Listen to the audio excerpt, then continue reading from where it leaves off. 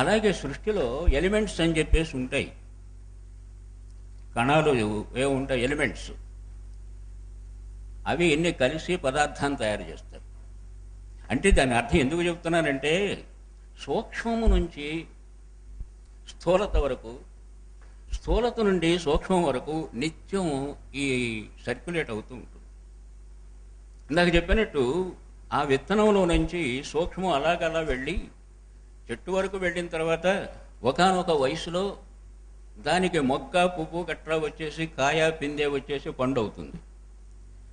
ఆ పండులో ఎంతసేపు కనపడినటువంటి ఈ విత్తనం ఆ పండులో కనపడుతుంది మళ్ళీ. అంటే ఈ మొలక నుంచి దాని ప్రస్థానం జరిగితే కానివ్వండి, గ్రోత్ అనండి ఏమన్నా కానివ్వండి, ఇక్కడ స్టార్ట్ అయినటువంటి ఈ గింజ, ఈ విత్తనం ఈ పొడుగునా వెళ్ళేసి చివరికి ఆ పండు దగ్గరికి చేరింది కనుక మళ్ళీ మనకు ప్రత్యక్షం అవుతోంది.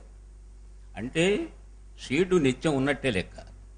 నేలలో వేసినటువంటి విత్తనం అప్పటికి కనిపించదు, అయిపోయింది, కానీ పండులో ప్రత్యక్షం అవుతోంది. అదేవిధంగా ఎగ్గలో కనిపించినటువంటి, అండంలో కనిపించినటువంటి ఆ జీవి, జీవశక్తి, ప్రాణము, సర్వత్ర జ్ఞానము, ఇవన్నీ కూడా ఏమవుతున్నాయి? పసిబిడ్డలో నుంచి ప్రారంభమై వీళ్ళు అక్కడ కనిపించదు, పసిబిడ్డలో ఏం కనిపించదు. ఒక వయసు వచ్చే నాటికి మళ్ళీ ఈ అండము, ఈ స్పెర్ము కనబడుతున్నాయి. వయసు వచ్చేటప్పటికి ఈ మధ్యలో కనపడలేదు అది. అంటే ఈ రెండు, అండం పిండం ఒక దశలో కలిసినటువంటి సూక్ష్మత అంతటితో పోలేదు. అది మళ్ళీ స్థూలతకు వెళ్ళింది, అదే తిరిగి మళ్ళీ సూక్ష్మతకు వస్తుంది. ఆ విత్తనం, ఆ పండులోని విత్తనంలో మళ్ళీ ఆ చెట్టు అంతా ఉంది. ఈ పసిబిడ్డలో ఉన్నటువంటి సూక్ష్మతే యవనం వచ్చేటప్పటికి మళ్ళీ ఒక స్థూలం అక్కడ కనపడుతుంది, అండం పిండం. అంటే ఇది నిత్యం జరిగేటటువంటిదే, ప్రతి చోట జరిగేదే. ఇదే సృష్టి ధర్మం. ఇది సైన్స్ ప్రకారం తెలుసుకోవచ్చును, అది వేరే సంగతి. మరి ఆత్మ సంగతి, దానికి పుట్టుక లేదు అని అంటారు. కాదు, ఈ ఆత్మ కూడా, ఈ ప్రాణశక్తి సూక్ష్మత ఎలా అయితే ఉంటుందో, ఆత్మ అనేటువంటిది కూడా సూక్ష్మ స్థితిలో జన్మతోనే వస్తుంది, బయట నుంచి ప్రవేశించడం కాదది.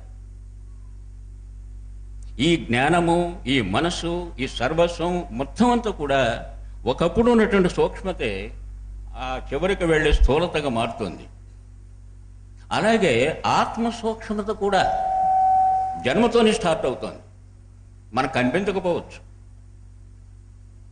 అలాగే సృష్టి ప్రారంభంలో ఆ ప్రోటానికి ముందు సూక్ష్మత ఉంది, శక్తి సూక్ష్మత, ఎనర్జీ. అది ప్రోటాన్లు ఒక రూపానికి వచ్చింది, తర్వాత సృష్టి పదార్థంగా విస్తరించింది. కనుక సూక్ష్మము స్థూలత, స్థూలత సూక్ష్మం.